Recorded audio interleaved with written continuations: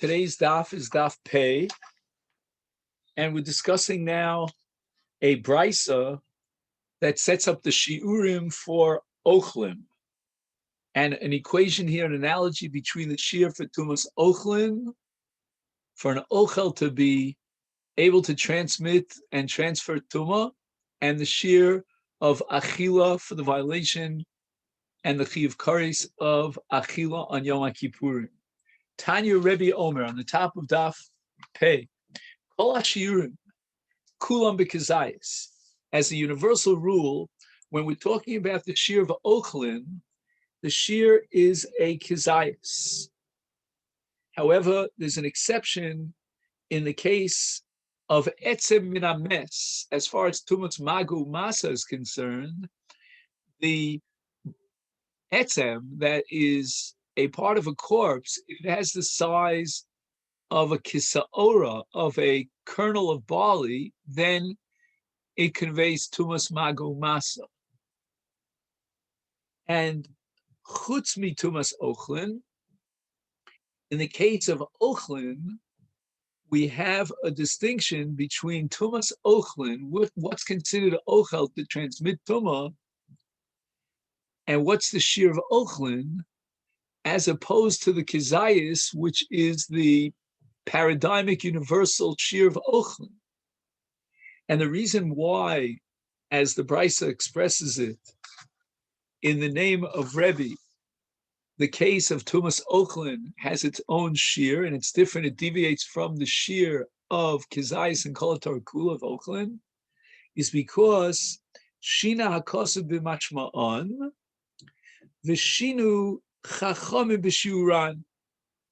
The Torah uses a different kind of language than the classic achila, which we find universally. As a result of that shini, that change in the language, we're going to set up a different shiur for tumas ochlin than the universal shiur of kezayis. And as far as ochlin is concerned, the shiur is going to be a different shiur than the shiur of kezayis. It's going to be a shiur of kibetza.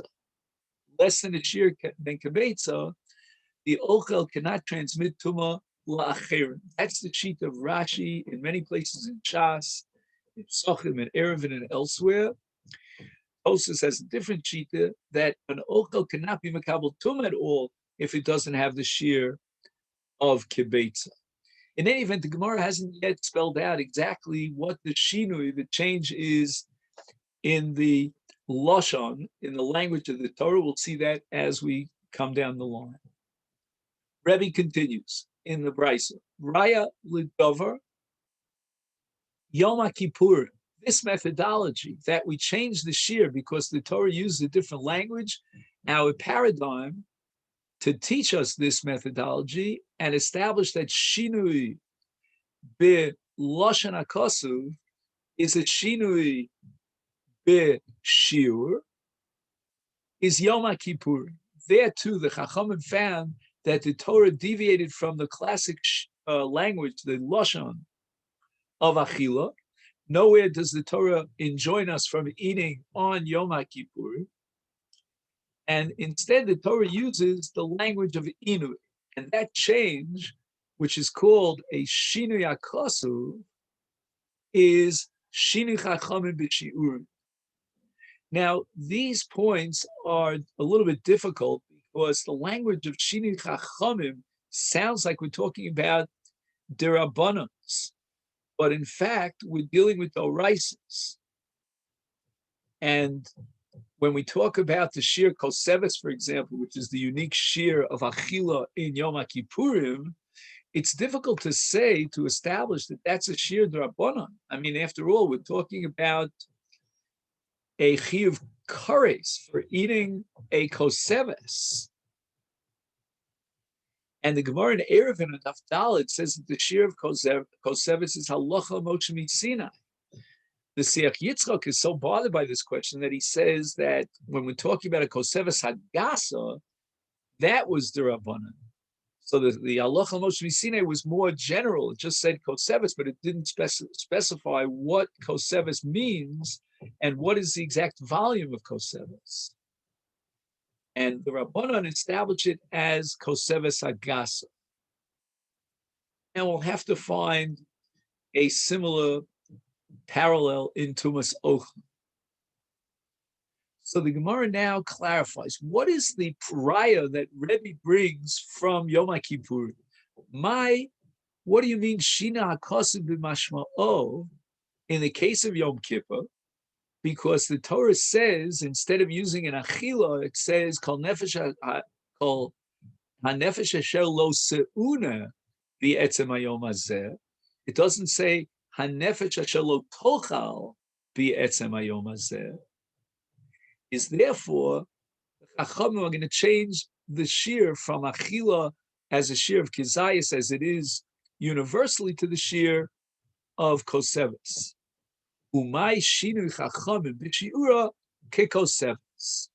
So the Gemara says, fine, you found such a case in Yom Kippurim. What does Rebbe prove from Yom Kippurim to Tumas Ochlin? Umay raya l'dovrim Yom Kippurim. I mean, we don't find any Mishnah that explicitly spells out that on Yom Kippur, Shinu HaKosev, and therefore, because the Lashon HaKosev is different, therefore the Shir is different. And in Tumas Ochlin, likewise, we don't find any Mishnah that says that because the Torah changed the language and didn't use the word Achila, therefore we changed the Shir of Tumas Ochlin to transmit Tumah to something else. So therefore, what is the raya to Tumas Ochlin from Yom Kippurim? And the Gemara says, I can push even further to show you that there's a distinction between Tumas Ochlin and Yom Kippurim, in the sense that in Tumas Ochlin, I'm not even convinced that there's a Shinui HaKosev. In Yom Kippurim, there's clearly a Shinui. The Torah uses the term Inui instead of Achila. The Imi Hasam, if the Torah changed its language in Tumas Ochlin, says the Gemara, the Pasuk says in Vayikra Yud Aleph, Pasuk Lamed Gimel, says, Kol Asher B'tocho Yitma, in a case where a sheretz fell into a kli that has ochlin in it, and then it says mikol ha'ochel asher ye'ochel. But Havamina says, Rebbe, if I only had that shinui, then I could say urcha de krohu. That's the way the derech hapasuk is. That in the case of mashke, as Rashi points out, it says kol ha'mashke asher yishasa. So also in a parallel sense in ochel, it says kol ha'ochel asher ye'ochel. So I'm not sure that that's a shinui lashon, and therefore I don't know that the Chacham could derive from there a shinui in the shir. That's why Rebbe quotes Yom Kippurim, and again, Yom Kippurim is not going to prove anything, but there, if you ask me why there's a change in the shir, and the shir is no longer kizayis for Achil and Yom Kippur, but rather koseves, I have a definite answer to that question. There's no doubt about it. The Torah changed its language. It did not use the classic achila, but instead it mentions inu. And therefore, if I ask myself, why did the Chachamim change the shir of Tumah for Ochlin, and instead of a Kizayis, we have a different shir of Ochlin, which is Kibetza, as we'll soon see? The reason for that is the same methodology that we applied in Yom Kippur to change from Kizayis as the shir of Achila to Koseves. Here too, we changed the shir of Ochlin from Kizayis to Kibetza. And again, it's not a proof that we can establish based on Yom Kippur, but if you ask me in the light of Yom Kippur, Rebbe says, now I understand why in the case of Tumas Ochlin, we are going to change our shir. Okay, then. So let's start now with the sugya of Tumas Ochlin, because that is the sugya Sagamara now. So we're on the top of Daf Pei Amud Aleph, and we're up to Tumas Ochlin Kibetza, which you'll see approximately 7 lines down from the top.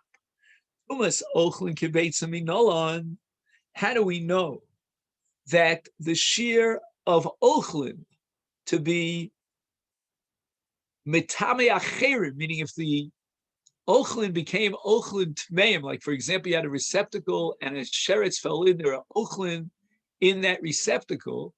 What is the size of the foodstuff, the Ochlin? What's its volume in order to transmit Tumah to something else? And the answer is Kibetza. It's not the shear of Kizayas. And that we said is based on the fact that the Torah uses a language that's a little bit different, and it says Kol Ochel Asher Ye'ochel. And how do we know the shear is Kibetza? I mean, after all, you can change the shear from Kizayas. There may be other possibilities. Why do you insist it's a shear Kibetza? Maybe it's Kigro Geres or Kikosefes.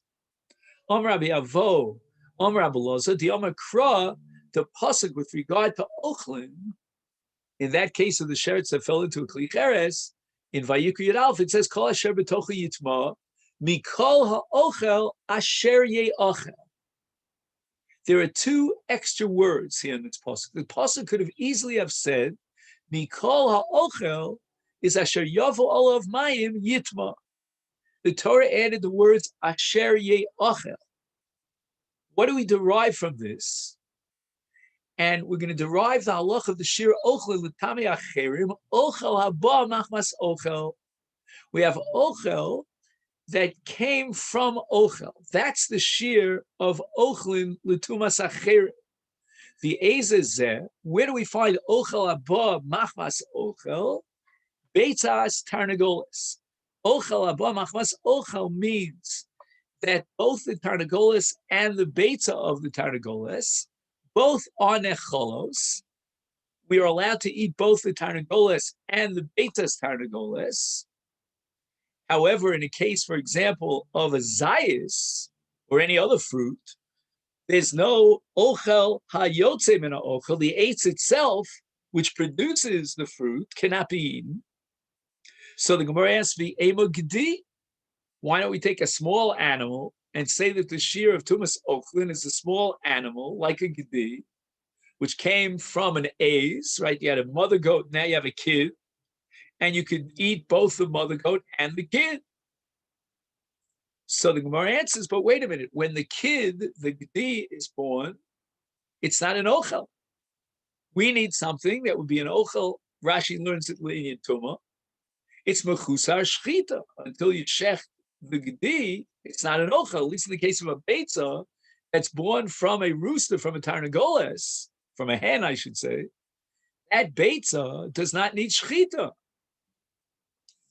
Okay, so the Gemara says, I understand very well that the gedi that's born from the aiz is not called an ochel in Yituma because it's mechutza shchita.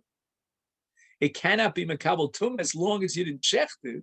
But v'ema ben pkua, we have halacha, and this is a sugya in Masechet Chulin on Daf Ayin Dalet called ben pkua. If you shecht the mother and you find the vlad in the behema, in the mother, then the halacha is that you don't need shchita of the vlad because the shchitas ima is materes or mitaheres es havlad. So already at the moment that the gedi in this case, and again, it could be any animal, but gedi is a small animal. When it is born, it is considered ochel. Why? Because we shechted the mother, we opened the keres of the mother, and what did we find in the me'imo? Lo and behold, we found the gedi, and that gedi is ochel kabel tumah. We don't need shchita. Gemara says, wait a minute, you might not need shchita, but you have to remove the dam. The dam of a ben pkua is also, and therefore ton kriya. You're going to have to take the animal, the gedi, you don't have to shecht it with tutsi mon and the kind of the vechet, but you're going to have to cut it open and remove its dam. So it's still not an ochel that is mutar b'achila, even though, again, a ben pkua is certainly tameh. The Gemara now, as Rashi points out, is choseres ba. The Gemara drops its original premise, and it holds that you are not considering it an ochel if it's not mutar b'achila, even though it's an ochel as far as Kabbalah's tumah is concerned. When the Torah says that the shear of tumas ochel is derived from ochel abba machmas ochel, it means that now we have an ochel that we can eat. The fact that it's an ochel as far as tumas ochel is concerned is not sufficient. We need an ochel, and in the case of a ben pekua, we don't have an ochel. The aim of the Gemara says beitzas bar yochani. This is a very large bird, and it hatches a very large egg. So why do you say that the shear of kibetza for tumas ochlin is derived from a beitzas tarnagolis? Why not derive from a beitza of a yochani? And the Gemara says, here we activate a principle, and that is tafasta meruba lo tafasta, tafasta muat tafasta, which means that if you have a doubt as to what the shear is, then you take the smaller shear, because that's a chumrah, and in a doubt we always go lechumrah. Now, if the Torah had in mind a larger shear, which would be a kula, that it's not metame ochlin unless it was a larger shear like that of a beitzas bar yochani, then the Torah should have specified that. And if the Torah didn't specify that, then tafasta muat, and we take the smaller shear of kibeitzas tarnagolis. Now, others interpret this principle as follows: that if you take the smaller shear, let me go the other way around. If you would take the larger shear of kibeitzas of gadol, then somebody would come along and say, how do you know the shear is such a large shear? Maybe it's a smaller shear. And he's going to rank you out for that. But if on the other hand, you take the smaller shear of a beitzas tarnagolis, no one can have a claim against you, because even if I hold it's a larger shear, then you're just being machmir, and I'm adding to the larger shear, but I certainly would accept the smaller shear. The Gemara asks, "V'ema be'asa ditziparta." What about the egg of a bird, a small bird? The zutar tuva. It's a small beitza, and it's even smaller than the beitza of a tarnagolis. So if you're saying tafasta mua tafasta, then why don't you go with the beitza of a tzipora?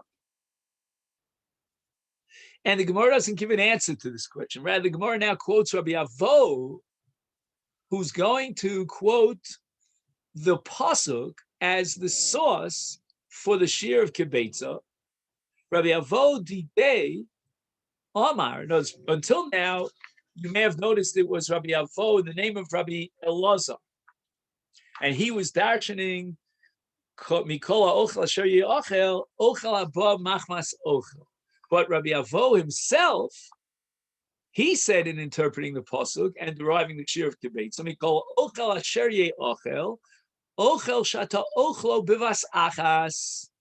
The shear of the ochel is got to be that which you could eat in one gulp. And what beitza could be swallowed in one gulp? In other words, we maximum the size up to, but not beyond what could fit into its beis habliya. Shiru chachamim ein beis habliya machzik yoser mikebeitas tarnagoles. That your beis habliya, where you swallow something, can swallow a beitzas tarnagolas in one swallow. Amar Rabbi Elazar, ochel chelev bisman hazeh tzarich sheyichtov lo shiur. If a person accidentally, that's called b'shogeg, ate chelev, and bisman hazeh we don't have a bris hamikdash, she cannot bring a korban chatos, then he must write down on a ledger exactly how much chelev he ate. Why? Because even if he considers, I just want to shut off my phone, sorry. Yeah.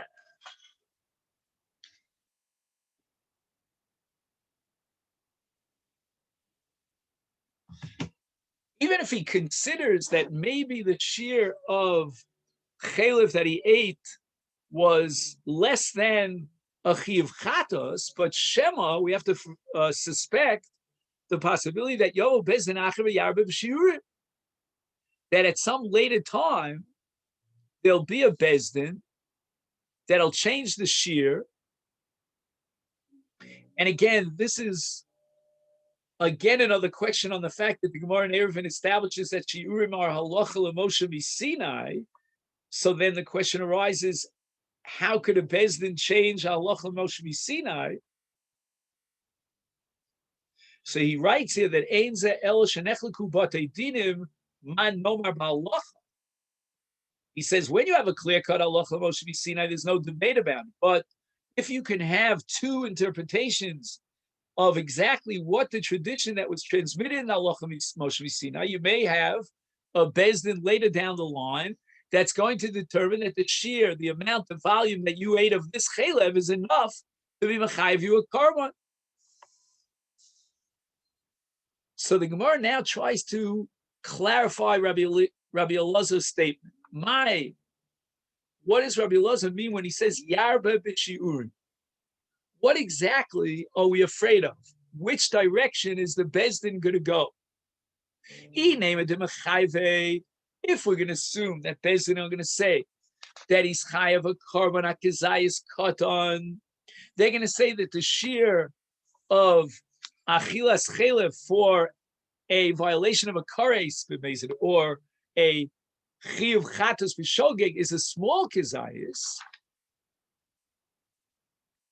and not the way we know it, Rabbi Elazar, in our time. We assume it to be what's called a kizayis beinoni, a larger kizayis. So Rabbi Elazar is worried about a person who will eat in our time after the churba b'shogeg chalev that's a shear of a zayis katan, a smaller kizayis.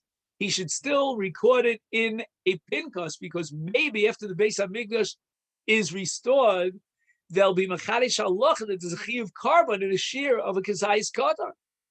If that's what Rabbi Elazar has in mind, then we have a problem.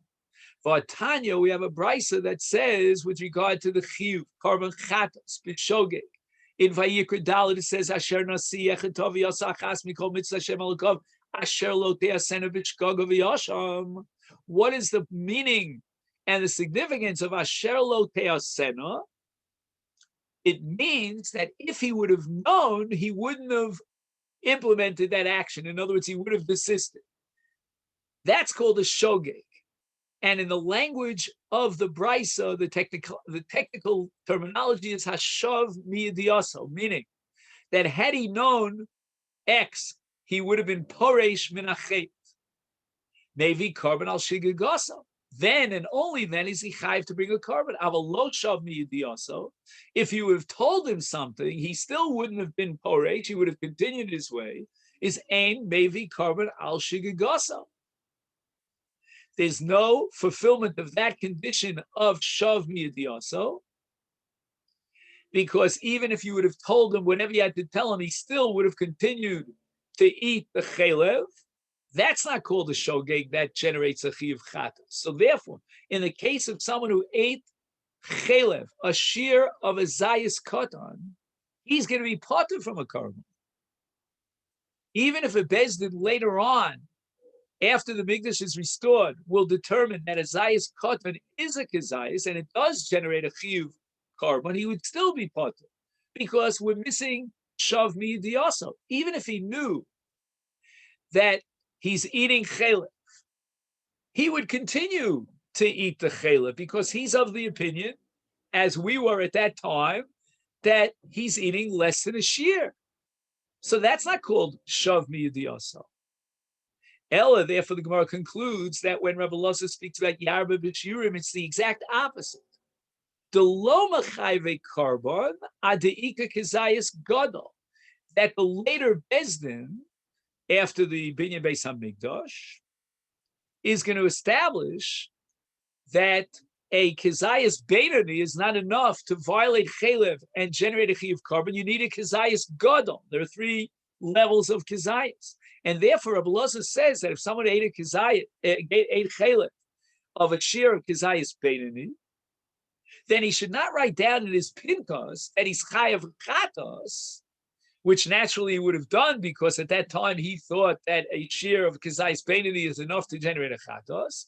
But maybe Bezdin later on will be Mishayer, a new Chiddush that you're not Chayav unless you bring a Kizayis Gadol. And if he writes down that he's Chayav a Carbon in his ledger, he's going to bring Chulin Lazara.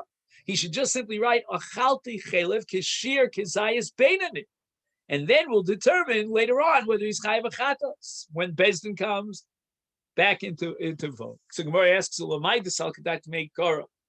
according to your original Havamina, that the Makshan asks this question, that the Mechayev Karmon HaKazayis Katan, that perhaps Bezdin later on will be Mechayev and be Machmir, even an Achila of a Kazayis Katan, is my Yarbe B'Shiurim. What is the language of Rabbi Lazar as recorded in the Brisa? Yarbe B'Shiurim. He should have said Yemait B'Shiurim. That maybe the Bezdin down the line will reduce the shear. And the Gemara answers, Shema Yarbe B'Karbanos Machmas Shiurim. Maybe they will expand the obligations of Karbanos as a result of the fact that they have reduced the shear from a Kizayis Beinani down to a Kizayis Katan. Omer Rabbi Yochanan, Shiurim v'onshim halacha l'Moshe miSinai. And this is a pella. We know that Shiurim are halacha l'Moshe miSinai, but onshim, michtav ksive, the Torah spells out what the onshim are. I don't need a halacha l'Moshe miSinai to tell me what the onshim are. Ela hachi kamar. The Gemara answers that we have to reformulate these words of Rabbi Yochanan. Shiurim shel onshim halacha l'Moshe miSinai. The shear, the volume, the minimum volume that is necessary to generate an onshim, that's halacha l'Moshe miSinai. But certainly the onshim themselves are written in the Torah. Tanya nami hachi shiurim shel onshim halacha l'Moshe miSinai. And that's the first opinion recorded in the Brisa, which reflects what we learned from Rabbi Yochanan. However, the Brisa goes on to quote Acherim. Acherim Omrim, Beis Dino Shel Yaibetz. Yaibetz is Osniel ben Knaz, and his Bezdin Tiknum. He and his Bezdin established the shiurim. It's not halacha Moshe miSinai. So the Gemara asks, wait a minute. Is it possible that Osniel ben Knaz would be authorized to establish shiurim even without halacha l'Moshe miSinai? V'aksiv. We have a famous drush on the pasuk of Vayikra of Zayin Ela Mitzvus Asher Tziva Hashem Es Moshe she'ein Navi Rashoy L'Chadish Dover Mi'ata. A Navi does not have the authority to interpret the law. It's Moshe Rabbeinu who received the law at Har Sinai. So how could it be then that a Bezdin of Yaivitz would be Machadish Shiurim that were not recorded at Moshe miSinai? Ella. No. You know what the Acherim are saying? The Shiurim for sure were given to Moshe at Har Sinai, but Shechachum, they were forgotten over the course of time. V'chazru Yaivitz v'yisnam.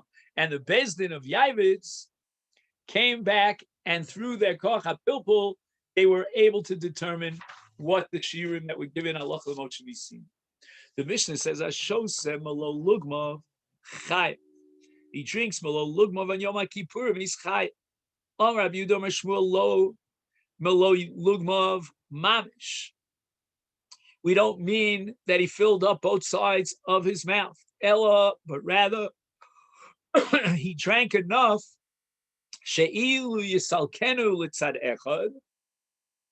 If he will roll the liquids in his mouth over to one side of his mouth, Yera Kimoli Lugma, somebody who's standing on that side and sees his cheek protruding, he will assume that he drank Kimoli Lugmav on both sides, he would have filled it up. So the Gemara asks, Ba'anan Tanan Mole Lugmav. The simple reading of the Mishnah indicates that we're talking about Mole Lugmav Mamish, that is full on both sides of his mouth. Emo, we have to add a chafadimion, ki mole lugmav, not mole lugmav mamish, but like a mole lugmav, because on that side it looks like mole lugmav. Meisvei, how could Shmuel say such a thing? we have a contradictory brisa. Kama Yishta says the brisa. V'echayav Beit Shammai Omer Revis, according to Beit Shammai, a quarter of a lug. Ubeit Hillel Omer Malo Lugma. Rabbi Yehuda Omer, a third opinion. Shum Rabbi Eliezer, Kid Malo Lugmav, and Rabbi Yehuda Mebeseira Omer Kidei Gemia, the amount that he could swallow in one gulp.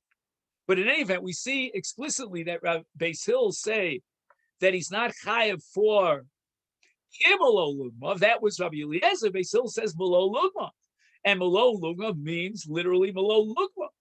So the Gemara asks, Mi adifi mi masnisen. You're asking a kashma of Brisa. We just saw the same exact two words, Moli Lugmav, in the Mishnah, Dukim, and yet we interpreted Moli Lugmav as Kideshi Roeh. It looks like it's Moli Lugmav because on one side it's Kimoli Lugmav. So Finami, I'll say the same thing in interpreting the Brisa and the Shita of Beis Hillel. So Gemara says, what do you mean? Ihachi Hainu Rabbi Eliezer. You're just repeating, Beis Hillel is then just repeating exactly what Rabbi Eliezer says, Kim Malo Lugmav. So in what sense did Beis Hillel disagree with Rabbi Eliezer? And the answers, Ikabeinayu Malo Lugmav Dachuk. Rabbi Eliezer holds that you're chayav if in a situation of dachuk, which means that ain't sido mole legamre. In other words, even though if he puts the liquid, pushes it on one side, it doesn't blow up his cheek completely. And therefore, this is going to be the nafkamina. Rabbi Eliezer is going to say that even in this case, you're chayav because it's kimole lugmav. And Beis Hillel is going to say you're potter. Why? Because you need a kimole lugmav, which really looks like a kimole lugmav, without any revach, without any empty space. Maskifla Rav Hoshaya imken, if we're going to Beis Hillel, the shear is kimole lugmav, and all he has to do is fill up one side of his mouth. He doesn't need mole lugmav mamish. Is havile mikule Beit Shammai michumre Beis Hillel. In Masechet Edios, we always assume that Beit Shammai are machmir and Beis Hillel are mekil. There are a couple of exceptions to that rule, which are spelled out in Masechet Eruvin. This should have been included in Masechet Eruvin because now Beit Shammai is saying that you're only chayav for a revius, a what's it called, a revius halug. Beis Hillel is saying that you'll be chayav even for less than the revius halug, which means kimole lugmav, the way we're reinterpreting Beis Hillel.